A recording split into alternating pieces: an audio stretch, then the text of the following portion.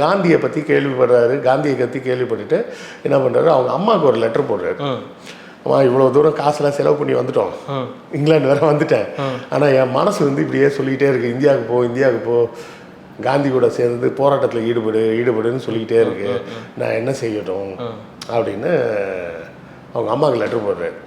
அவங்க அம்மா நேதாஜியோட புகழ் எப்படின்னா, 2வது வருஷம் அவர் நிற்கிறாரு, 39 நிற்கும் போது 2வது வருஷமாக அவரே ஜெயிச்சிடறாரு. அவரே பிரசிடெண்ட்டாக ஜெயிக்கிறாரு. அவருக்கு எதிராக ஒரு வேட்பாளரை நிறுத்தினது காந்தி நிறுத்தின வேட்பாளரை தோக்கடிச்சு அவர் பிரசிடெண்ட் ஆகிட்டார். ஆனால் என்ன பிரச்சனை ஆயிடுச்சு, காந்தி வந்து இதை ப்ரெஸ்டீஜ் ப்ராப்ளமாக பார்த்துட்டு என்ன சொல்லிட்டாரு, சிங்கப்பூரில் ஒரு ஆஃபீஸை செட் பண்ணிவிட்டு முதல் முறையாக அறிவிக்கிறார், ஆசாத் ஹிந்த், சுதந்திர இந்தியாவோட கேபிட்டல் இதுதான் அப்படின்ற. நாடு அங்கே இருக்குது, ஆனால் நாங்கள் சுதந்திரம் வாங்கியாச்சு, இதுதான் எங்களோட கேபிட்டல். அப்போ அதை என்ன பண்ண போகிறீங்க, படையெடுத்து போய் அவங்கள விரட்டிடுவோம் அப்படின்னு அறிவிக்கிறார். போர் பிரகடனம் அப்படின்னு அறிவிக்கிறார். நான் சுதந்திர இந்தியாவின் தலைவன் என்ற முறையில் இந்த பேட்டியை அளிக்கிறேன். நமது தேசத்தின் தந்தையாகிய the father of Gandhi, the father of the nation அப்படின்னு சொல்லிய அவரின் வழிகாட்டுதலின்படி நான் இந்த பணியை தொடங்குகிறேன். உலகத்திலேயே முதலாக பெண்கள் ரெஜிமெண்ட்னு ஒன்று ஆரம்பிச்சது, பெண் போர் வீரர்கள் அப்படின்னு. ஏன்னா அவ்வளோ முன்னேற்றமாக அடைந்த அமெரிக்காலேயோ பிரிட்டனில் கூட இல்லை, பெண்கள் கிடையாது. இப்போ இராணுவத்தில் இவர் தான் தன்னுடைய படைகள்லாம் முதல்ல பெண்களையும் சேர்க்கிறார். இந்த கெரசின் வந்து ஆக்டைன் நம்பர் ஜாஸ்தியாக உள்ள கெரசின், அதில் தான் அந்த இன்ஜினுக்கு புல்லிங் பவர் கிடைக்கும். அது வெடிச்சதில் சதறி இருக்கு.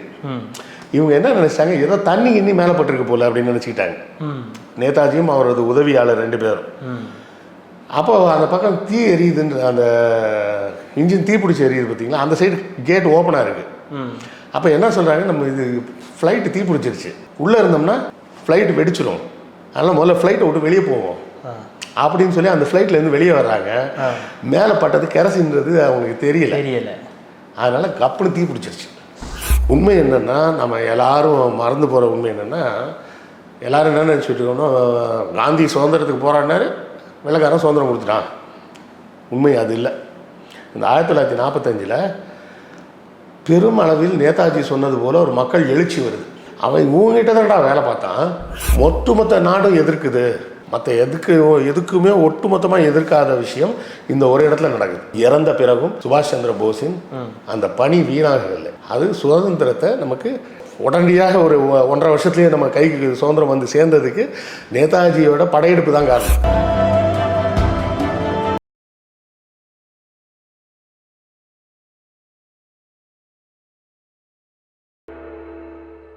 ரெட்ரோலுக்ஸ் நேயர்களுக்கு வணக்கம். நான் உங்கள் கார்த்திக். இன்றைய அரசியல் சூழல் நிகழ்ச்சியில் நம்மோடு இணைந்திருப்பவர் வரலாற்று பகுப்பாய்வாளர் மற்றும் எழுத்தாளர் திரு கிருஷ்ணவேல் டிஎஸ் அவர்கள். வணக்கம் சார். வணக்கம் கார்த்திக். சார், நம்ம வரலாற்று பக்கம் கடைசி காணொலி ஒன்று பண்ணோம், தென்னிந்தியாவின் மறைக்கப்பட்ட வரலாறுன்னு சொல்லி. அதே மாதிரி ஒரு மிக முக்கியமான ஒரு வரலாற்று பின்னணி கொண்ட ஒரு நபரை தான் நம்ம பார்க்கலான் இருக்கோம். அதை பற்றி தான் உங்ககிட்ட கேட்டு தெரிஞ்சுக்கலான் இருக்கோம். மிக முக்கியமான ஒரு மனிதர், இந்திய அரசியலில் ஒரு முக்கியமான மனிதர்னு சொல்லலாம், சுதந்திர போராட்டத்தில் ஒரு முக்கியமான நபர் என்று சொல்லலாம். இவருடைய பேர் உச்சரிக்காத சுதந்திர போராட்டம் இருக்க வாய்ப்பில்லை. இப்போவும் அவரை பற்றிய ஒரு பேச்சு இருந்து கொண்டே இருக்கிறதுன்னு சொல்லலாம். சுபாஷ் சந்திரபோஸ், நேதாஜி சுபாஷ் சந்திரபோஸ் அவர்களை பற்றி தான் உங்ககிட்ட நாங்கள் கேட்டு தெரிஞ்சுக்கணும்னு நினைக்கிறோம். இந்திய அரசியலில் அவருடைய பங்கு என்ன, சுதந்திர போராட்டத்தில் அவருடைய பங்கு என்ன, காந்தி அவர்கள் கூட அவருக்கு இருந்த அந்த நட்பு எப்படி இருந்தது, முரண் என்ன, எதனால் அவங்களுக்குள்ள ஒரு வேறுபாடு வந்தது, நேருக்கும் அவர்களுக்குமான ஒரு உறவு என்னவாக இருந்தது, அவர் ஹிட்லரெல்லாம் போய் பார்த்துருக்கிறதா செய்திகள்லாம் இருக்குது. அப்படி பல்வேறு செய்திகள் உங்ககிட்ட இருக்குது. அதை பற்றி நீங்கள் ரெட்ரோலுக்ஸ் நேயர்களுக்காக சொல்லணும். நேதாஜி அவர்கள் எடுத்துக்கிட்டிங்கன்னா அந்த பேர்லேயே இருக்குது. நமக்கு வந்து நேதாஜின்றது ஒரு நேம்னு நினச்சிட்ருக்கோம். அது ஆக்சுவலாக ஒரு பேர் கிடையாது. ஹிந்தியில் வந்து தலைவர்னு அர்த்தம், வேறு ஒன்றும் கிடையாது. நேதா அப்படின்னு சொன்னால் ஒரு தலைவர் அப்படின்னு அர்த்தம். அதை மரியாதையாக சொல்கிறதுக்காக ஜி சேர்த்துப்பாங்கல்ல ஹிந்தியில், அதனால தான் நேதாஜி. அதாவது இந்திய அளவில் தலைவர்னு சொன்னாலே அந்த ஹிந்தி வார்த்தை குறிப்பது வந்து வேறு யாரையும் கிடையாது, நேரடியாக சுபாஷ் சந்திர போஸ் தான் குறிக்கும். அதாவது நீங்கள் பார்த்தீங்கன்னா ஆங்கிலத்தில் வந்து ஒரு விஷயம் இருக்குது, த கிங் அப்படின்னு சொன்னீங்கன்னா அது வந்து யாரை குறிக்கும் அப்படின்னா இங்கிலாந்து ராஜாவை தான் குறிக்கும், வேற எந்த நாட்டு ராஜாவையும் குறிக்காது. த பிரசிடென்ட் அப்படின்னு சொன்னீங்கன்னா அமெரிக்கன் பிரசிடென்ட்டை தான் குறிக்கும். வேற எந்த மற்ற பிரசிடென்ட்லாம் சொல்லும்போது த Russian president, the Indian president அப்படின்னு தான் சொல்லுவாங்க. அதே மாதிரி ஹிந்தியில் நேதா அப்படின்னு நேதாஜி அப்படின்னு சொன்னாலே சுபாஷ் சந்திர போஸை மட்டும்தான் குறிக்குமே தவிர வேறு யாரையும் குறிக்காது. இவரோட குடும்ப பின்னணி அப்படின்னு எடுத்திங்கன்னா ரொம்ப வறுமையில் வாழக்கூடியவர் அப்படி இப்படின்லாம் கிடையாது. ரொம்ப வெல் டு டூ ஃபேமிலி. அதாவது born with a silver spoon அப்படின்னு சொல்லக்கூடிய அளவுக்கு பணக்கார ஃபேமிலியில் பிறந்தவர். இவர் கூட பிறந்தவங்க கிட்டத்தட்ட ஒரு 14 குழந்தைங்க, அண்ணன் தம்பி அக்கா தங்கச்சி எல்லாம் சேர்த்திங்கன்னா ஒரு 14 பேர். அவங்க அப்பாவும் பார்த்திங்கன்னா பிரிட்டிஷ் அரசாங்கத்தில் தான் வேலை பார்க்குறாரு. அரசாங்கத்தில் கோர்ட்டில் வந்து கவர்மெண்ட் ப்ளீடராக இருக்கார். ப்ளீடர்னால் வக்கீல் மாதிரி, முழு நேர வக்கீல்னு சொல்லிட முடியாது. அந்த காலத்துலலாம் எப்படின்னா இப்போ மாதிரி பிஎல் படித்து தான் நீங்கள் லாயர் ஆகணும்னு அவசியம் கிடையாது. பாரத் லா எக்ஸாம்னு ஒன்று சொல்லுவாங்க. அந்த எக்ஸாம் எழுதினாலே போதும், நீங்கள் லாயருக்குன்னு தனியாக படிச்சுக்கணும்லாம் அவசியம் கிடையாது. இப்போவும் அப்படி தான். இப்போ வந்து ஆனால் நீங்கள் வாதாடலாம் முடியாது. அந்த எக்ஸாமை பாஸ் பண்ணிங்கன்னா அந்த டாக்குமெண்டேஷன்லாம் நீங்கள் பண்ணலாம், லீகல் டாக்குமெண்டேஷன்லாம் பண்ணலாம். என்ன படிச்சிருந்தீங்கனாலும் அதுக்கு தனியாக நீங்களே ப்ரிப்பேர் பண்ணுவேன். வக்கீலுக்கு பிஎல் படித்தா கூட அவங்க போய் திருப்பி அந்த எக்ஸாம் எழுதணும். அந்த பார் எக்ஸாம்ன்றதை மறுபடியும் எழுதணும்னு வைங்களேன். ஸோ இவர் அந்த மாதிரி அந்த எக்ஸாமை எழுதிட்டு இவர் மோத்திலால் நேருவும் அதே மாதிரி தான் வக்கீல்னு சொல்லுவாங்க. நம்ம ஜவஹர்லால் நேருவோட அப்பா இருக்கார் பார்த்தீங்களா, அவரும் வந்து பேரிஸ்டர்லாம் படித்தவர் கிடையாது. வெறும் இந்த பாரத் லா எக்ஸாம் முடிச்சுட்டு அப்படியே வக்கீலாக போனவர். அது மாதிரி இவர் கவர்மெண்ட் ப்ளீடர். இவர் அது மாதிரி நல்ல வெல் டு டூ ஃபேமிலி, நல்ல பணக்கார ஃபேமிலி. இதில் இவங்க அண்ணன் ஒருத்தர் வந்து ஐசிஎஸ் முடிச்சிட்டார். அந்த இப்போ நம்ம ஐஏஎஸ் ஐபிஎஸ்லாம் சொல்கிறோம் பார்த்தீங்களா, சுதந்திரத்துக்கு முன்னாடி அதுக்கு எல்லாத்துக்கும் சேர்த்து ஒரே பேர் தான் ஐசிஎஸ், இந்தியன் சிவில் சர்வீஸ் அப்படின்னு பேர். அதுக்கு முன்னாடியே பார்த்தீங்கன்னா கம்பெனி சர்வீஸ்ன்னு சொல்லுவாங்க. நம்ம எல்லாம் கேள்விப்பட்டிருப்போம். நீங்கள் அவனுக்கு என்ன ஃபுல்லாக எல்லாமே ஓசி சர்வீஸு அப்படின்னு கேள்விப்பட்டிருக்கீங்களா? அந்த ஓசி சர்வீஸுன்ற வார்த்தை எங்கேருந்து வந்ததுன்னு தெரியுங்களா? ஓசின்னு ஒரு வேர்டே கிடையாது. அது தமிழ்லையும் கிடையாது, இங்கிலீஷ்லையும் கிடையாது, அது எந்த மொழிலையும் அப்படி ஒரு வார்த்தை கிடையாது. ஆனால் நம்ம எல்லாரும் சர்வசாதாரணமாக பயன்படுத்துகிற வார்த்தை என்ன? ஓசி சர்வீஸு. இது எப்படி வந்தது அப்படின்னு கேட்டிங்கன்னா, போஸ்டல் டிபார்ட்மெண்ட்டை அவங்க ஈஸ்ட் இந்தியா கம்பெனி ஆரம்பிக்கிறாங்க. அப்போ எந்த லெட்டர் போட்டாலும் அதில் ஸ்டாம்ப் போட்டணும். கரெக்டாக? இது வந்து கிழக்கிந்திய கம்பெனி சம்மந்தப்பட்ட லெட்டராக இருந்ததுன்னா மேலே சீல் அடிச்சுடுவாங்க, ஆன் கம்பெனி சர்வீஸ் அப்படின்னு. அது இன்னும் ஷார்ட் ஃபார்மாக ஓசி சர்வீஸ் அப்படின்னு போட்டிருப்பாங்க. அப்படியே கொடுத்துருவாங்க, அப்படியே அனுப்பிச்சி விட்ருவாங்கன்னு வைங்களேன். இதுலேருந்து தான் வந்தது இந்த ஓசி சர்வீஸ்ன்னு. அது ஒரு புதிய தகவல்னு வச்சுக்கோங்க. அப்போ அதை அந்த காலத்தில் வந்து ஐசிஎஸ்னு பேர், இந்தியன் சிவில் சர்வீஸ்னு பேர். அதில் படித்தவங்களை வந்து இதாக ஜட்ஜாக போடுவாங்க, போலீஸ் ஆஃபீஸர்ஸாக போடுவாங்க, கலெக்டர்ஸாக போடுவாங்க. எல்லா விதமான பதவிகள்லையும் அந்த ஐசிஎஸ் படித்தவங்கள தான் போடுறதுன்னு 1857க்கு அப்புறம் பிரிட்டிஷ் கவர்மெண்ட்டே நேரடியாக ஆட்சியை கைக்கு எடுத்ததுக்கப்புறம் இதை மாதிரி ஒரு சர்வீஸை கொண்டாடுறாங்க. அதில் அவங்க அண்ணனும் இருக்கிறார். அப்போ அவங்க அப்பா என்ன சொல்கிறாரு, இவர் வந்து ஆக்சுவலாக வந்து பெங்காலி. இவர் வந்து தாய்மொழி பெங்காலி. ஆனால் அவர் பிறந்த ஊர் வந்து கட்டாக், ஒரிசாவில் இருக்கிற கட்டாக்கில் தான் பிறந்தார். அங்கே தான் ரேவன்ஸ்வெல் காலேஜ்னு ஒரு காலேஜில் தான் அவர் படிக்கிறார். முதல்ல பிஏ ஃபிலாசபி படிக்கிறாரு. அப்புறம் பிஏலேயே திருப்பி மாரல் சயின்ஸ்னு இன்னொரு exam, mental health and moral science. So double BA முடிச்சுட்டு தான் அதுக்கப்புறம் அவங்க அப்பா சொல்லி, நீ முதல்ல கிளம்பு போய் அண்ணன் மாதிரி ஒரு சிவில் சர்வீஸ் படிச்சுட்டு வா அப்படின்னு சொல்லி அனுப்பி வைக்கிறாங்க. போனோடனே போய் நேரம்லாம் சேர முடியாது. இப்போ இருக்க மாதிரி என்ட்ரன்ஸ் எக்ஸாம் மாதிரிலாம் எக்ஸாம்லாம் வைப்பாங்க. அந்த எக்ஸாம்லாம் வைக்கிறாங்க. அந்த எக்ஸாம்லாம் பாஸ் பண்ணுறாரு. பாஸ் ஆகி செலெக்ஷன் லிஸ்ட்டுக்கு வந்துட்டார். அடுத்த ரவுண்டு எக்ஸாமுக்கு எழுத போகணும். ஆனால் இவர் மனது வந்து அதுதான் அந்த விஷயத்தில் அவரை அதாவது எதுவுமே இல்லை அப்படின்னு ஒருத்தன் இருக்கும்போது தன்னுடைய உரிமைக்காக போராடுவான். எனக்கு தேவையான எல்லா விதமும் விஷயமும் மறுக்கப்படுது அப்படின்னு ஒருத்தன் போராடுவான். அது வந்து ஒரு வகையான போராட்டம். இன்னொரு அது வந்து ஒரு என்ன சொல்கிறது, அவனுடைய வலியின் காரணமாக போராடுறது. இன்னொன்று வகையான போராட்டம் என்னென்னா எம்பத்தி அப்படின்னு சொல்கிறது. எம்பத்தி அப்படின்ற வார்த்தையை வந்து நீங்கள் எப்படி பார்க்கலாம்னா, திருவள்ளுவர் சொன்னதை வச்சு பார்க்கலாம். பிரிதின் நோய் தன்னோய் போல் போற்றா கடை அப்படின்னு. வேற ஒருத்தனுக்கு வர்ற வலியை தன்னோட வலியாக ஒருத்தன் உணர தெரிஞ்சால் அதுக்கு பேர் எம்பத்தி. சிம்பத்தினா உங்களை பார்த்து பரிதாபப்படுறது. எம்பத்தினா அந்த வலியை தானே உணர்வது. இவருக்கு வந்து எல்லா வசதிகளும் இருக்குது. இவர் நினச்சா அவங்க அப்பா காசு கொடுக்குறாரு, அவங்க அண்ணன் வந்து ஏற்கனவே பெரிய சர்வீஸில் இருக்கார், அவங்க பணம் ஒரு பெரிய பிரச்சனையே கிடையாது. இங்கிலாந்துக்கே நேராக கப்பலில் போகிற அளவுக்கு பண வசதி இருக்குது. இன்றைக்கி கூட இப்போ கூட நினச்சா இங்கிலாந்துக்கு நீங்களும் நானும் போக முடியாது. வீசா கிடைக்கலன்றதெல்லாம் அப்புறங்க, ஃப்ளைட் டிக்கெட் வாங்குறதுக்கே நம்மள்ட்டெல்லாம் காசு கிடையாது. உண்மைதான். அவர் அவ்வளோ தூரம் போயிருக்காரு, அங்கே தங்கி படிக்கணும் எல்லாம் இருக்குது, படிக்கிறதுக்கு உண்டான வாய்ப்பும் இருக்குது. பேசாமல் அழகாக உட்காந்து ஒரு 2 வருஷம் 3 வருஷம் படிச்சிருந்தாருன்னா டக்குன்னு அப்படியே இந்தியாவுக்கு ரிட்டர்ன் வரும்போது ஒரு பெரிய ஜட்ஜு, ஒரு மாவட்ட கலெக்டரு அப்படி இப்படின்னு வந்திருக்கலாம். ஆனால் அவருக்கு மனசுக்குள்ளே உறுத்திக்கிட்டே இருக்குது, நம்ம இங்கே ஏதோ தப்பு பண்ணுறோம், நம்ம செய்ய வேண்டிய வேலை இங்கே இல்லை அப்படின்னு ஏதோ உறுத்திக்கிட்டே இருக்குது. காந்தியை பற்றி கேள்விப்படுறாரு. காந்தியை பற்றி கேள்விப்பட்டுட்டு என்ன பண்ணுறாரு, அவங்க அம்மாவுக்கு ஒரு லெட்டர் போடுறாரு. இவ்வளோ தூரம் காசுலாம் செலவு பண்ணி வந்துட்டோம், இங்கிலாந்து வேற வந்துட்டேன், ஆனால் என் மனசு வந்து இப்படியே சொல்லிக்கிட்டே இருக்குது, இந்தியாவுக்கு போ, காந்தி கூட சேர்ந்து போராட்டத்தில் ஈடுபடுன்னு சொல்லிக்கிட்டே இருக்கு, நான் என்ன செய்யட்டும் அப்படின்னு அவங்க அம்மாவுக்கு லெட்டர் போடுறாரு. அவங்க அம்மா இவரை விட சிறப்பானவர். உங்கள் அப்பாவும் உங்கள் அண்ணனும் கேட்டால் நான் பார்த்துக்கிறேன், நீ முதலில் செய்ய வேண்டிய வேலை இந்த தேசத்துக்கு தான், நீ கிளம்பி வந்துடு அப்படின்னு. அண்ணன் என்ன சொல்லுவான், அப்பா என்ன சொல்லுவார், எல்லாம் பயப்படாத, அவங்களெல்லாம் நான் பார்த்துக்கிறேன், சமாளிச்சுக்கிறேன், நீ கிளம்பி வந்துடு. நேராக அடுத்த கப்பலை பிடிச்சி கிளம்பிட்டேன். கிளம்பி நேராக பாம்பேக்கு வந்துடுறாரு. பாம்பேயில் வந்து காந்தியவும் சந்திக்கிறார். காந்தியை சந்தித்த உடனே காந்தி என்ன சொல்கிறாரு, ஒரு நல்ல விஷயம், இந்த மாதிரி படித்த ஆளுங்கள்லாம் அரசியலுக்கும் விடுதலை போராட்டத்துக்கும் வந்தால் தான் நாடு விடுதலை அடைவது எளிதாக மேற்கொண்டு வேகமாக போவோம். அதுக்கு முன்னாடி நீங்கள் என்ன பண்ணுங்கள், இங்கேயே இருக்க வேண்டாம், என் கூடவே இருக்க வேண்டாம், ஒரு வருஷம் 2 வருஷம் நீங்கள் போய் சிஆர் தாஸ் கூட போய் இருங்க, பெங்காலில் இருக்கார், நீங்கள் அவர் கூட போய் இருந்து கல்கத்தாவில் இருந்து அவர் கூட இருந்து கொஞ்சம் அரசியல் கற்றுக்குங்க, முதல்ல மக்களை பற்றி, மக்கள் நாடி துடிப்பு என்னன்றதை புரிஞ்சுக்குங்க, அதுக்கப்புறமா முழு நேர போராட்டத்துக்கு வரலாம் அப்படின்னு சொல்லி அனுப்புகிறார். இவர் அங்கே போனோடனே அவரையும் சந்திக்கிறாரு. ஆனாலும் இவருக்கு வந்து என்ன ஒரு விஷயம் தோணுதுன்னா, இது மாதிரிலாம் நம்ம வந்து அது வந்து சின்ன வயசுலேயே அவருக்கு மனசில் செட் ஆயிடுச்சு. இது மாதிரி சும்மா கதவுக்கு இதெல்லாம் போட்டுக்கிட்டுலாம் போயிட்டு இருந்தோம்னா வேலைக்கு ஆகாது. போராட்டம்னா அவன் வெள்ளைக்காரன் எப்படி வரான், போலீஸ்லாம் எப்படி ட்ரெஸ் பண்ணிட்டு வரான், ஆர்மி எப்படி ட்ரெஸ் பண்ணிட்டு வருது, அப்போ போராடுறவங்களும் அது மாதிரி ஒரு யூனிஃபார்ம் இருக்கணும். அந்த மாதிரி என்ன அவருக்கு அப்போவே வந்துருச்சு. ஆமாம், அப்போ வந்து அவர் அந்த நம்ம ஆசாத் ஹிந்து சொல்கிறாங்க பார்த்தீங்களா, இந்தியன் நேஷனல் ஆர்மின்னு, அதெல்லாம் ஆரம்பிக்காத காலம். கல்கத்தாவில் இருக்கிறார். இவர் கூட ஒரு சில நண்பர்களெல்லாம் சேர்த்து ஒரு கூட்டமாக வச்சுக்கிட்டு என்ன பண்ணுறாரு, எல்லாருக்கும் ஒரு யூனிஃபார்ம் வித் கேப், ஃபுல் அப்படியே ஃபுல் பிரிட்டிஷ் ஸ்டைலில் மிலிட்ரி யூனிஃபார்ம் மாதிரியே ஒரு யூனிஃபார்ம் ரெடி பண்ணி கொடுத்து எல்லாம் பண்ணுறாரு. இவரோட வேகமான நடவடிக்கைகள் அது இதுன்னப்போ காங்கிரஸில் இவருக்கு ஒரு நல்ல பேர் கிடைக்குது. 1938 நடக்கக்கூடிய காங்கிரஸ் எலெக்ஷனில் ஜெயிச்சு பிரசிடென்ட் ஆகிறார்.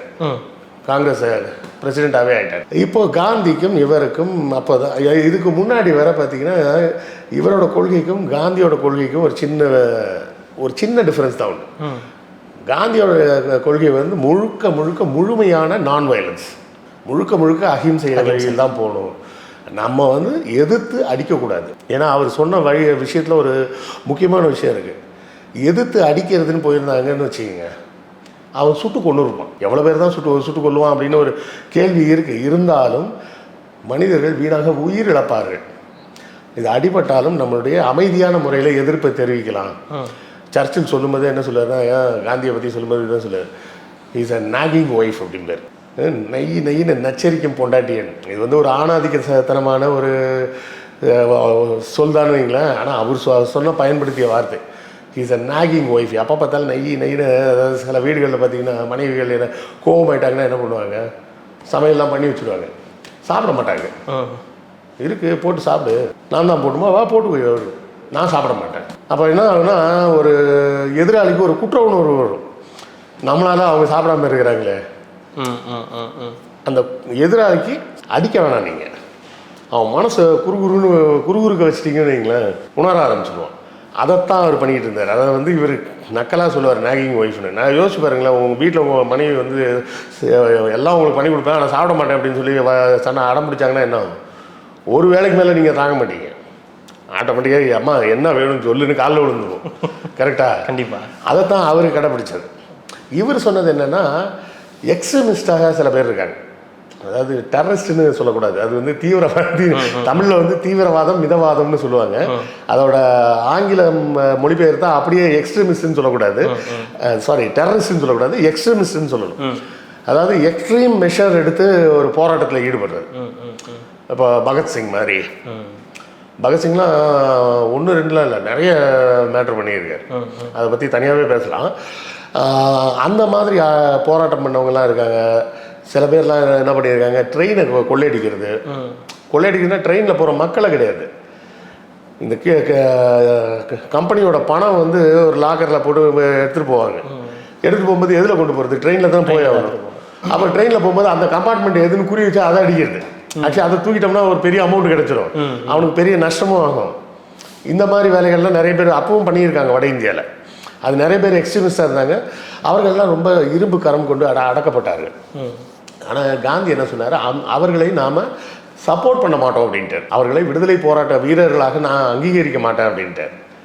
அவர் சொன்னது போராட்டம்னா எல்லாரும் ஒன்றா சேர்ந்து போராடணும், மைவே இல்லை ஹைவே அப்படின்ற மாதிரி, வந்தா ஏன் வழிக்கு வா, இல்லைன்னா சேர்த்துக்க மாட்டேன் அப்படின்னு. இவர் என்ன சொன்னார், நேதாஜியும் காந்தியும் முரண்பட்டாங்கன்னு சொல்லி கேட்டிங்களே, அவங்க 2 பேரும் முரண்பட்ட இடம் இதுதான். இவர் நேதாஜி என்ன சொல்றாரு, அவர்களையும் நாம சமமாக தான் பார்க்கணும், நாம தெருவில் இறங்கி தர்ணா போராட்டம் சத்தியாகிரகம்னு எல்லாம் பண்றோம், அவங்க ஆயுதம் ஏந்தி போராட்டம் பண்றாங்க. ஒரு ஆங்கிலேய அதிகாரி ஒரு இடத்துல சுட்டு கொள்றான்னா அவனை எடுத்து பதிலுக்கு சுட்டு கொள்ளணும் அப்படின்னு அவனுக்கு கோபம் வருது. நீங்கள் ஜாலியன் வாலாபாக் படுகொலை பற்றி கேள்விப்பட்டிருப்பீங்க, ஜெனரல் டயர்னு. ஜெனரல் டயர் வந்து சுட்டு கொண்ட அதிகாரி. அந்த சுட்டதற்கு ஆணை பிறப்பித்த இன்னொரு அதிகாரி ஒருத்தர் இருக்கார், அவர் அந்த பஞ்சாபில் கலெக்டராக வேலை பார்த்தவர், அவர் பேரும் டயர், அவர் பேர் வில்லியம் டயர்னு பேர். உத்தம் சிங்னு ஒரு ஆள் இங்கே பஞ்சாபில் இருந்து கிளம்பி லண்டனுக்கே போய் ரிட்டையர் ஆனதுக்கப்புறம் அந்த ஆளை தேடி பிடிச்சி சுட்டு கொண்டார். ஸோ இப்படியான ஆட்கள்லாம் இருக்காங்க. அந்த வலியின் வேகம் தாங்க முடியாமல் இங்கேருந்து இங்கிலாந்து வர போய் சுட்டு கொள்ளணுன்ற அளவுக்குலாம் இருந்திருக்காங்க. ஸோ அவர்களை நாம் அங்கீகரிக்கணும் அப்படிங்கிறது நேதாஜியோட பார்வை. காந்தி அதை முடியாதுன்ற. இதுதான் இந்த ஒரு வருஷமும் இவங்க 2 பேருக்கும் சண்டை. என்ன சொல்கிறாரு இவர், இப்போ அவங்கள கைது பண்ணுறாங்க, ஏதோ ஒரு இடத்துல ஒரு கொலை வழக்கில் யாரோ ஒருத்தரை கைது பண்ணிட்டாங்க அப்படின்னா நம்ம காங்கிரஸ் கட்சியிலேருந்து லாயரை நியமித்து வாதாடணுன்றார். நேதாஜி என்ன சொல்கிறாரு, அந்த இடத்துல ஒரு பேங்க் கொள்ள நடந்திருக்கு, இல்லை ஒரு ஆங்கிலேய அதிகாரியோ ஒருத்தன் சுட்டு கொண்டுட்டான், அவனுக்கு அரெஸ்ட் பண்ணிட்டாங்க, எங்கே போயிட முடியும், இந்தியாவுக்குள்ளே தானே சுற்றி வரணும், அரெஸ்ட் பண்ணிட்டாங்க, அரெஸ்ட் பண்ணி வச்சுருக்காங்க. இப்போ அவனுக்கு அந்த கேஸ் கோர்ட்டுக்கு வரும்போது அவனுக்கு வாதாட கூட ஆள் இருக்காது. கோர்ட்டில் அவங்க சொல்லுவாங்க, அந்த காலத்துலேயே நாங்களே ஒரு வக்கீல் தரோம்லாம் அவன் இப்போ சொல்கிற மாதிரி அப்பவும் சொல்லுவாங்க. அப்படியே சொன்னாலும் அது ஒரு டம்மி வக்கீலாக இருக்கும். நம்ம ஒரு ஸ்ட்ராங்கான வக்கீலை வச்சு இதை வந்து கொலை கேஸாக பார்க்கக்கூடாது, விடுதலை போராட்டமாக பார்க்கணும். 2க்கும் வித்தியாசம் இருக்குது கண்டிப்பாக. இதே பிரச்சனை பின்னாடியும் வரும், அதுக்காக தான் இப்போ சொல்கிறேன். இது இந்திய விடுதலை போராட்டமாக பார்க்கணும். அப்படி பார்க்காம இதை வந்து வெறும் கொலை கேஸுன்னு பார்க்கக்கூடாது, இவரை கொலையாளின்னு நீங்கள் பார்க்கக்கூடாதுன்னு சொல்லி வாதாடுறதுக்கு நம்ம காங்கிரஸ் கட்சியிலேருந்து வக்கீல் வைக்கணும் அப்படின்றது தான் நேதாஜியோட வாதம். அதெல்லாம் முடியாதுன்றது காந்தியோட வாதம். இப்படியே அவங்களுக்குள்ள டக்காஃபார்லேயே இருக்குது ஒரு வருஷம். ஆனால் நேதாஜியோட புகழ் எப்படின்னா, 2வது வருஷம் அவர் நிற்கிறார், 39 நிற்கும் போது 2வது வருஷமாக அவரே ஜெயிச்சிடுறாரு, அவரே பிரசிடெண்ட்டாக ஜெயிக்கிறாரு. அவருக்கு எதிராக ஒரு வேட்பாளரை நிறுத்தினது காந்தி நிறுத்தின வேட்பாளரை தோக்கடிச்சு அவர் பிரசிடெண்ட் ஆகிட்டார். ஆனால் என்ன பிரச்சனை ஆயிடுச்சு, காந்தி வந்து இதை ப்ரெஸ்டீஜ் ப்ராப்ளமாக பார்த்துட்டு என்ன சொல்லிட்டாரு, மற்ற காங்கிரஸ் கமிட்டி சொல்லுவாங்கல்ல, அதாவது ஒர்க்கிங் கமிட்டி அப்படிம்பாங்க, இல்லை நம்ம தமிழில் இன்னும் தெளிவாக சொல்ல செயற்குழு உறுப்பினர்கள் அத்தனை பேரையும் கூப்பிட்டு நீங்கள் எல்லாரும் ரிசைன் பண்ணுங்க அப்படின்ட்டு. தலைவர் மட்டும் இல்லை, செயற்குழு உறுப்பினர்களும் தேர்ந்தெடுக்கப்பட்டவர்கள். அவர்களை வச்சு தான் நேதாஜியால் இல்லை, அந்த காங்கிரஸ் கட்சியிலேருந்து மொத்தமாக எல்லாரும் ஓட்டு போட்டு தானே தேர்ந்தெடுக்கிறாங்க. இப்போ அவர் ஜெயிச்சதுனால அந்த ப்ரெஸ்டீஜ் இஷ்யூனால எல்லாரையும் ரிசைன் பண்ண சொல்லிட்டாரு. இப்போ ரிசைன் பண்ணியாச்சுன்னா ஒர்க்கிங் கமிட்டியில் மெம்பரே இல்லாமல் பிரசிடென்ட் மட்டும் உட்காந்து என்ன பண்ண முடியும்? பிரசிடென்ட் உட்காந்துருப்பாரு, ஒரு தீர்மானம் கொண்டு வரலாமா வேண்டாமான்னு கேட்டால் இந்த செயற்குழு உறுப்பினர்கள் தான் வாக்களிக்கணும்.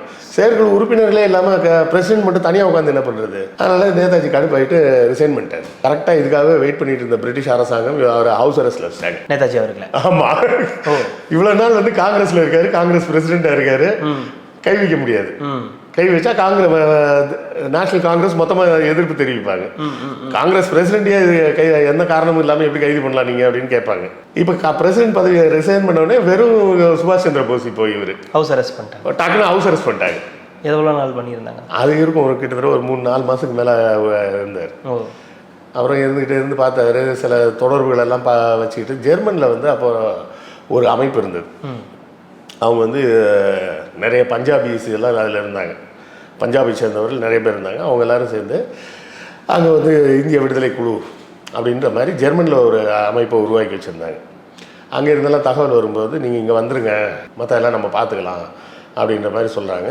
சொன்ன உடனே இவர் என்ன பண்ணுறாரு, ஒரு நாள் மாறு வேடத்தில் ஒரு சீக்கியர் மாதிரி மாறு வேடம்லாம் போட்டு வீட்டு பின்பக்கமாக எஸ்கேப் ஆகி அங்கேருந்து கல்கத்தாலேருந்து ட்ரெயின் பிடிச்சி ஒரு ட்ரெயின்லேயே லாகூர் வந்து, லாகூர்னா இப்போ இருக்க பாகிஸ்தான், அப்படியே ஃபுல்லாக இந்தியாவை குறுக்க பயணம், மிகப்பெரிய பயணம். எப்போது வேண்டுமானாலும் கைது செய்யப்படலாம்ன்ற அச்சத்தோடு தான் வரணும். அதை எப்படியோ லாகூர் வந்து சேர்ந்து, லாகூர்லேருந்து திருப்பி சில சரக்கு வண்டிகளெல்லாம் பிடிச்சி ஏறி ஆப்கானிஸ்தான் போய், ஆப்கானிஸ்தானில் ஒரு எல்லை வரை வந்து பிரிட்டிஷ் கண்ட்ரோலில் தான் இருக்குது. அந்த பிரிட்டிஷ் எல்லை கண்ட்ரோலில் இருந்த பகுதியை தாண்டி அந்த பக்கம் போய், அதுக்கப்புறம் சில நண்பர்கள் உதவியோட ஒரு ஜெர்மனுக்கே போயிட்டார். இவர் ஜெர்மனுக்கு போயிருக்க அதே நேரத்தில் பார்த்தீங்கன்னா ஒரு வேலை நடக்குது. என்ன நடக்குது அப்படின்னா, இந்திய இராணுவத்திலேருந்து சிங்கப்பூர் மேலே படையெடுத்து போகிறாங்க. மலேசியா, சிங்கப்பூர் அந்த பகுதிகளுக்கு படையெடுத்து போகுது. அந்த படைகள் தோல்வி அடையுது. யார்கிட்டனா ஜப்பான்கிட்ட தோல்வி அடையுது. ஜப்பானில் தோல்வி அடைஞ்ச உடனே இந்த சரண்டரான படைகளை பூரா கைது பண்ணி வச்சிடுறாங்க. பிரிட்டிஷ் இராணுவம் அது. ஓகே. பிரிட்டிஷ் இராணுவ வீரர்கள் படையெடுத்து போகிறாங்க. போன இடத்துல தோத்த உடனே என்ன பண்ணுவான், அரெஸ்ட் பண்ணுவான். ஆமாம், அரெஸ்ட் பண்ணி வச்சுட்டாங்க எல்லோரும். அரெஸ்ட்னா எல்லோரும் ஜெயிலெலாம் போட முடியாது. அவ்வளோ பெரிய ஒரு 5000 வீரர்கள் இருக்காங்கன்னா 5000 பேருக்கு 5000 ரூமுக்கெல்லாம் எங்கே போகிறது, அதெல்லாம் போட முடியாது. அது வந்து ஒரு பெரிய ஃபென்ஸ் அடித்த ஏரியாவாக இருக்கும். இப்போ இந்த வலசரவாக்கம் மாதிரி ஒரு ஏரியா இருக்குன்னு வைங்களேன், ஒரு 10 கிலோமீட்டருக்கு ஃபுல்லாக கம்பி வேலி போட்டு எல்லாரையும் உள்ளே விட்டுட்டு அந்த வேலியை சுற்றி காவலுக்கு ஆள் அனுப்பி வச்சுருப்பாங்க. இவங்க அதுக்குள்ளே எங்கே வேணால் போகலாம். உள்ளே டென்ட்டு போட்டு டென்ட் அடித்து கொடுத்துருப்பான், டென்ட்டில் படுத்துப்பாங்க, உள்ளே சாப்பாடெலாம் கொடுத்துருவாங்க. அந்த மாதிரி அங்கேயே இருக்காங்க. அவர்களுக்கு மத்தியில் ராஷ் பிகாரி போஸ்னு ஒருத்தர் இருக்கார். முதல்ல ஒரு சிங் ஒருத்தர் இருப்பார். அவர் வேண்டான்னு சொல்லிட்டாருன்னு சொன்னோடனே ராஷ் பிகாரி போஸ்னு ஒருத்தர் வரார். இந்த இடத்துல பார்த்திங்கன்னா ஒரு பேரலல் இருக்குது. வரலாற்றில் எப்பவுமே ஒரு பேரலல் பார்க்க முடியும். முதலாம் உலக யுத்தத்தின் போது பார்த்திங்கன்னா இன்றைய அரபு நாடுகள் இருக்குது பார்த்தீங்களா, அந்த அரபு நாடுகள் பூரா இஸ்தான்புல் கண்ட்ரோலில் இருக்குது, துருக்கியோட கண்ட்ரோலில் இருக்குது. அப்போ துருக்கியில் பார்த்தீங்கன்னா ஒட்டாமன் சுல்தான் அப்படின்னு சொல்லி ஒரு சுல்தான் இருக்கார். அவர் தான் கடைசி சுல்தானேட். அதுக்கப்புறம் தான் இப்போ உள்ள யுனைடெட் அரப் எமிரேட்ஸ் மாதிரி மாறிடுச்சு. அந்த சுல்தானோட கண்ட்ரோலில் தான் மொத்தம் அரேபியா, பாரசீகம் எல்லாமே அவங்க கண்ட்ரோலில் தான் இருக்குது, துருக்கியோட கண்ட்ரோலில். அப்போவும் ஜெர்மன், துருக்கி எல்லோரும் சேர்ந்து தான் முதல் உலக யுத்தத்தை கொண்டாடுறாங்க. அப்போது பார்த்திங்கன்னா லாரன்ஸ்னு ஒரு ஆஃபீஸர், ஒரு நேவி ஆஃபீஸர், பிரிட்டிஷில் உள்ளவர். அதுக்கு அவர் வச்சு நீங்கள் வேணால் தேடி பார்க்கணுன்னா பாருங்கள், லாரன்ஸ் ஆஃப் அரேபியா அப்படின்னு தேடி பாருங்கள். ஏன்னா அரேபியாவில் யாரும் லாரன்ஸ்னு பேர் வைக்க மாட்டாங்க. அந்த லாரன்ஸ் ஆஃப் அரேபியானா அவர் என்ன பண்ணுறாருன்னா, துருக்கியை நேரடியாக நம்மளால் ஜெயிக்கிறது கஷ்டம். சண்டை நடந்துக்கிட்டு இருக்கு, பிரிட்டிஷ்க்கும் துருக்கி எல்லாருக்கும் சண்டை நடக்குது, முதல் உலக யுத்தம். நேரடியாக ஜெயிக்க முடியாது அப்படின்னு சொல்லிட்டு அவர் என்ன ஐடியா பண்ணுறாருன்னா, இந்த அரபு நாட்டு மக்கள் இருக்காங்க பார்த்தீங்களா, அவர்கள் அவங்களெல்லாம் கூப்பிட்டு நீங்கள்லாம் எவ்வளோ பெரிய ஆளுங்க தெரியுமா, தூண்டி விடுறது. உங்களுக்கு வந்து நீங்கள் எங்களுக்கு சப்போர்ட் பண்ணுங்கள் அப்படி சொல்கிறத விட நாங்கள் உங்களுக்கு சப்போர்ட் பண்ணுறோம், நீங்கள் விடுதலை வாங்குங்க, நீங்கள் ஏன் துருக்கிக்கு கீழே இருக்கணும் அப்படின்னு ஒரு புரட்சி படையை உருவாக்குறாங்க.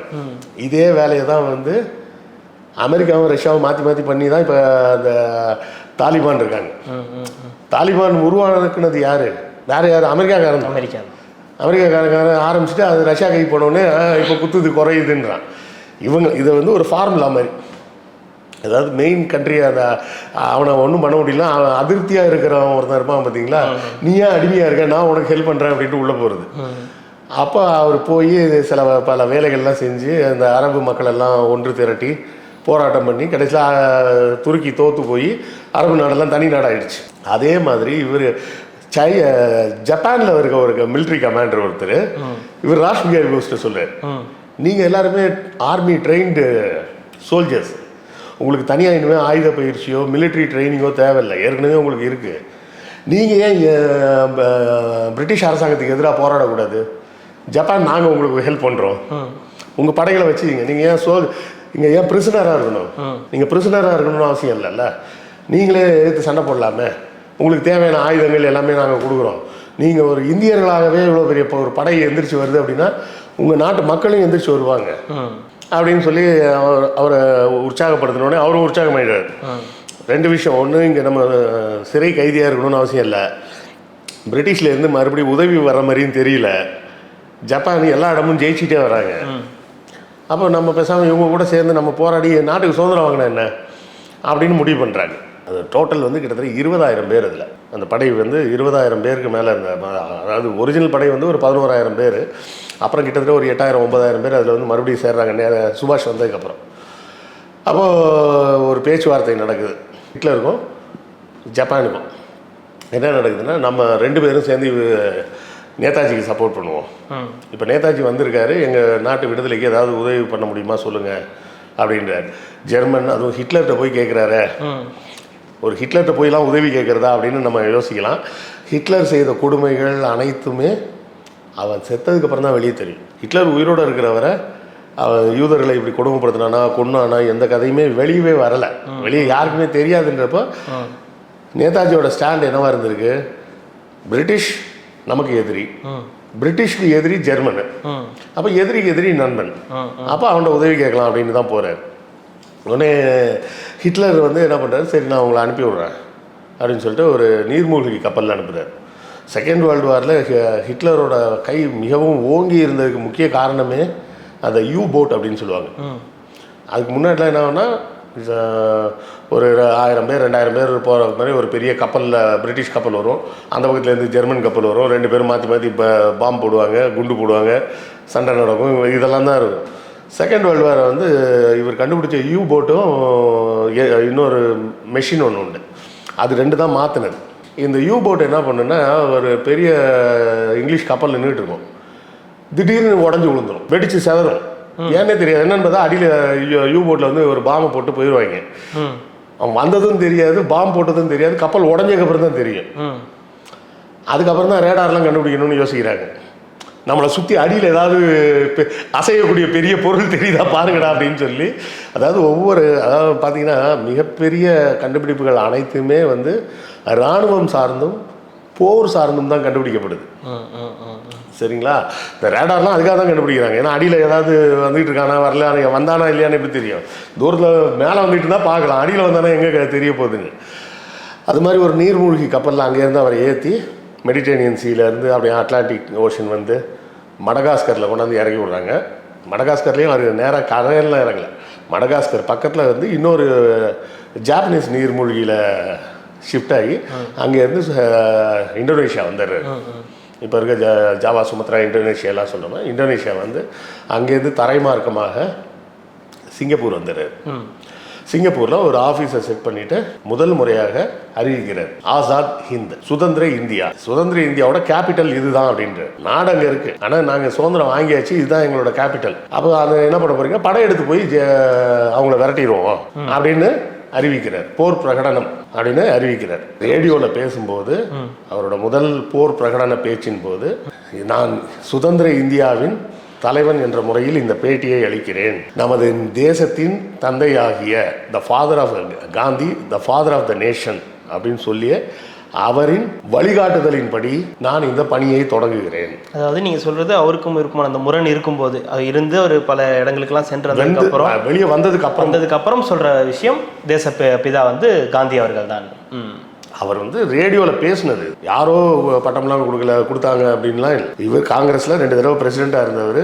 ஆசாத் ஹிந்த், இது சுதந்திர இந்தியாவின் தலைவர்ன்ற முறையில் நான் பேசுகிறேன்னு சொல்லும்போது சொன்ன பேச்சின் வரிதான், தேசத்தின் தந்தையாகிய காந்தி அவர்களின் வழிகாட்டுதலின்படி பிரிட்டிஷ் அரசாங்கத்தின் மீது நாங்கள் போர் தொடுப்போம், போரில் வெல்வோம் அப்படின்னு வென்று நாட்டை சுதந்திரம் அடைய செய்வோம் அப்படின்னு தான் அவர் பேட்டி கொடுக்குறாரு. இப்போ இந்த நேரத்தில் தான் என்ன ஆகுதுன்னா, தேவையில்லாமல் பேர்ல் ஹார்பரில் போய் சொரிஞ்சு வைக்கிறாங்க ஜப்பான்காரன். அது வரை யூஎஸ்காரன் வேர்ல்டு வார்க்குள்ளே வரவே இல்லை. யூஎஸ்ஏக்காரன் அவன் பாட்டு தனியாக இருந்துக்கிட்டு இருக்கான்.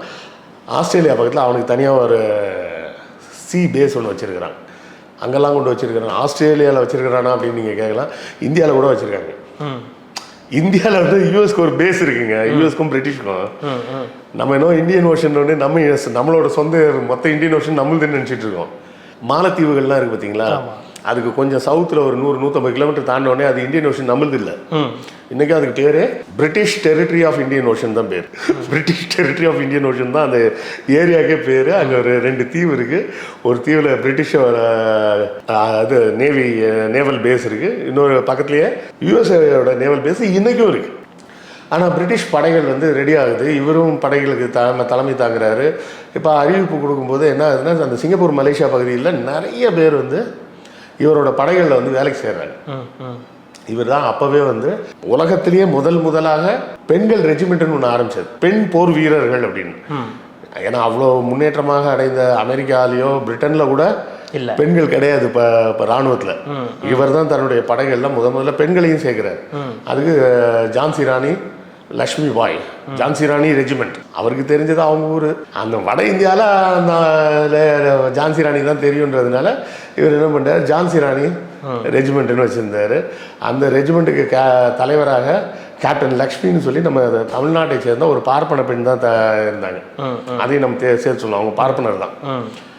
ஆனால் அவங்க பார்ப்பனராக வாழவில்லை. அதனால தான் நம்ம அவங்கள சொல்கிறோம். அவங்க கல்யாணம் பண்ணது வந்து வேறு மாநிலத்துக்காரனே, அவங்க தான் அதுக்கு தலைமை தாங்குறாங்க. அப்போ வந்து என்ன நடக்குதுன்னா, மக்களை கூப்பிட்டோன்னே எல்லாரும் வர்றாங்க. என்னென்னா, ஒன்று ட்ரெயினுக்கு தண்டவாளம் போட வரியா இல்லை நேதாஜி கூட வரியான்னா எது பெஸ்ட்டு? நேதாஜி கூட போகிறது தான் பெஸ்ட்டு. அங்கே போனால் திரும்பி வருமானு கூட தெரியாது. ஏன்னா அங்கே வந்து கட்டாயமாக வேலைக்கு ஆள் எடுக்கிறாங்க.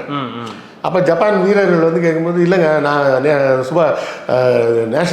இந்தியன் நேஷனல் ஆர்மிக்கு போகிறேன். அப்படியா, சரி போ அப்படின்ட்டு அவன் போயிடுவான். இது வந்து இந்தியாக்காரனுக்கு பூரா தெரியும். ஆனால் மலாய்க்காரன் அது மாதிரி போக முடியாது. மலேசியாவில் இருக்க மலாய்க்காரன் போக முடியாது. அவன் போய் நானும் சுபாஷ் சந்திர போஸ் கூட போய் சேர்றேன்னா நீ எதுக்கு போகிற, அது அவன் ஊர் வேற அவன் ஊர் வேற, நீ எதுக்குடா போகிற, நீ இந்த பக்கம் வா அப்படின்னு சொல்லி இழுத்துட்டு போயிடுவான்.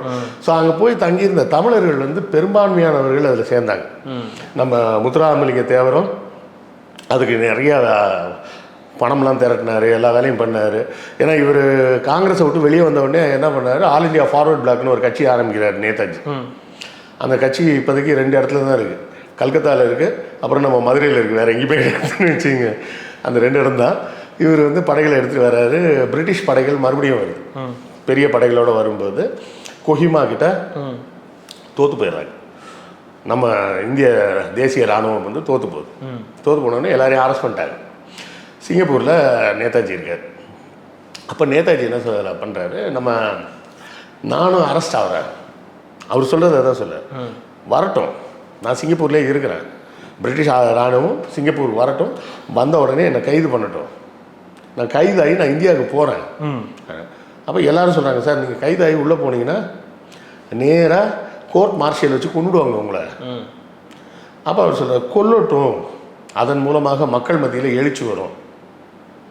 என்னை கைது செய்து என்னை கொண்டு போய் கொன்னாங்க அப்படின்னு சொன்னால், ஒரு நாட்டுக்காக இப்போ விடுதலைக்காக ஒருத்தன் படம் திரட்டிட்டு வந்தால் அவனை நடு ரோட்டில் போட்டு கொண்டுட்டாங்களே அப்படின்னு மக்கள் பார்க்கட்டும், பார்த்து அதன் மூலமாக மக்கள் எழுச்சி வரட்டும் அப்படின்றார். ஆனால் வேறு சில ஜப்பான் அதிகாரிகள்லாம் சேர்ந்து என்ன சொல்கிறாங்க, அப்படிலாம் ஒரு மிலிட்ரி மேன் வந்து அந்த மாதிரி சொல்லக்கூடாது சார், நீங்கள் ஒரு மிலிட்ரி ஆஃபீஸரு, நீங்கள் அப்படிலாம் சொல்லக்கூடாது, நீங்கள் வாங்க முதல்ல இங்கேருந்து கிளம்புங்க, இதில் மங்கோலியாவில் ஒரு இடம் சொல்கிறாங்க, அங்கே போயிடுங்க, நாங்கள் வேறு ரெயின்ஃபோர்ஸ்மெண்ட்லாம் கொண்டு வருவோம். அதுக்காக இந்த சண்டையை அப்படியே அவங்களுக்கு அணுகுண்டை பற்றி யோசனையே இல்லை. இப்போ நீங்கள் கிளம்புங்க, நம்ம அடுத்த ரெயின்ஃபோர்ஸ்மெண்ட்டோட திருப்பி வருவோம். சண்டையை வந்து அப்படியே விட்டுட்டுலாம் போக முடியாது, நம்ம மறுபடியும் சண்டைக்கு போகலாம் அப்படின்னாங்க. சரின்னு சொல்லிட்டு என்ன பண்ணுறாரு, கிளம்புறாரு. அன்ஃபார்ச்சுனேட்லி அதில் வந்து சைடு இன்ஜின் வந்து தீ பிடிச்சிருச்சு. நிறைய பேர் என்ன சொல்லுவாங்க, அவர் சாகலை, உயிரோடு இருக்கார், தப்பிச்சிட்டார், அப்படி இப்படின்லாம் கதை விடுவாங்க. அதெல்லாம் இல்லை, அவர் எப்படி செத்தாருன்றது ஜாப்பனீஸ் ரெக்கார்டு தெளிவாக இருக்குது. 2 சைடு ப்ரொப்பல்லர்ஸ் இருக்குது பார்த்தீங்களா, அதில் ஒரு ப்ரொப்பல்லர் வந்து வெடிச்சிருச்சு.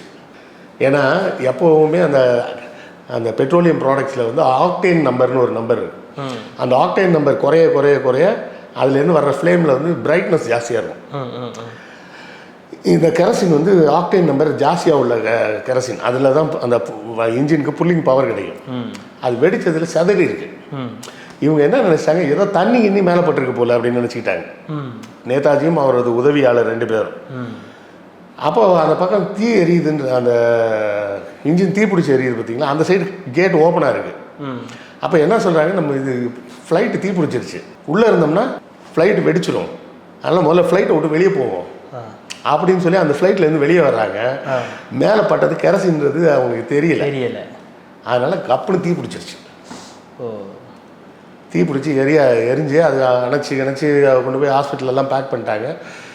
அந்த மருத்துவர்கள்லாம் சொல்லும்போது என்ன சொல்லுவாங்கன்னா, அவங்க ரிப்போர்ட்டில் என்ன எழுதியிருக்காங்கன்னா, இவரை போன்ற ஒரு திடமான மனிதரை நாங்கள் பார்க்கவில்லை, சிறு முனங்கள் கூட அவரிடமிருந்து வரவில்லை, அந்த தீக்காயங்களால் ஒரு 14 மணி நேரத்துக்கு அப்புறம் இறந்துட்டார் அப்படி. ஆனால் விஞ்ஞானபூர்வமான உண்மை வந்து அப்போ கண்டுபிடிக்காத விஷயம் என்னென்னா, 3rd டிகிரி பேர்ன்ஸாக இருந்ததுன்னா அந்த நெருப்பால் வரக்கூடிய காயங்கள் வந்து 3 டிகிரியில் சொல்லுவாங்க, 1st degree, 2nd degree, 3rd degree. 3rd degree பேர்ன்ஸாக இருந்ததுன்னா வலி இருக்காது. அதனால் கூட அவர் துடிக்காமல் இருந்திருக்கலாம். நல்ல வேலைக்கு இறந்துட்டார். அதுக்கப்புறம் அவர் உடல் ஜப்பானுக்கு கொண்டு செல்லப்பட்டது, அதெல்லாமே நடந்தது. இன்னும் அவரோட அஸ்தி அங்கே தான் வைக்கப்பட்டிருக்கு. இந்திய அரசாங்கம் அஃபிஷியலாக வாங்க மாட்டேன்னுட்டு இருக்காங்க. நாங்கள் வந்து அவருக்கு செத்தாருன்னு ஒத்துக்க மாட்டோம் அப்படின்னு சும்மா ஒரு கதையை சொல்லிக்கிட்டு இன்றைக்கும் அவர் அஸ்தியை வாங்க மாட்டாங்கன்னு வைங்க. இங்கே கொண்டு வரப்பட்ட அந்த 20,000 கிட்ட இருந்த வீரர்களில் ஒரு 8,000-9,000 பேர் விடுவிக்கப்பட்டார். மிச்சம் 11,000 பேருக்கும் கோர்ட் மார்ஷியல் அப்படின்ட்டாங்க. அதாவது நீ நம்மளுடைய படையிலேருந்து இப்போ கிளர்ச்சி செஞ்சு அதிகாரிகளுக்கு எதிராக கலகம் பண்ணியிருக்க, கோர்ட் மார்ஷியலில் இந்த 11,000 பேரையும் கொல்ல போகிறோம் அப்படின்றாங்க. நம்ம ஏற்கனவே சொன்னது ஞாபகம் இருக்கா, தீவிரவாத நடவடிக்கையில் ஈடுபட்டவங்களை கோர்ட் மார்ஷியல் மாதிரி கொண்டுடுறாங்க, வாதாட ஆள் இல்லைன்னு. அதே பிரச்சனை தான் இங்கே. இப்போ இந்த தடவை காந்தி வந்து முடிச்சிட்டார். ஒருத்தன் செத்தும் போயிட்டான், இவ்வளோ வேலை செஞ்சுருக்கிறான், நம்ம மேலே இவ்வளோ மரியாதையாகவும் இருக்கிறான், நம்ம விட்டுறக்கூடாது அப்படின்னு காந்தி, நேரு எல்லாருமே களத்தில் இறங்குறாங்க. அவங்கள நீ கோர்ட்டில் வச்சு விசாரிக்கணும். அவங்கள வந்து நீங்கள் விடுதலை போராட்ட வீரர்களாக பார்க்கணுமே தவிர இராணுவத்தில் ஒழுங்கீன நடவடிக்கை, 2 விஷயத்துக்கும் வித்தியாசம் இருக்குது. இராணுவத்தில் ஒழுங்கீன நடவடிக்கை அப்படின்னா இராணுவம் என்ன, அந்த தலைமை வந்து என்ன வேணால் முடிவு பண்ணலாம். அந்த ஆஃபீஸர் ஒரு சுருட்டை 10 வச்சுட்டு வந்து உட்காந்து ரைட் எல்லாரையும் சுற்று அப்படின்னு சொல்லிட்டு அவர் எழுந்து போயிடலாம்.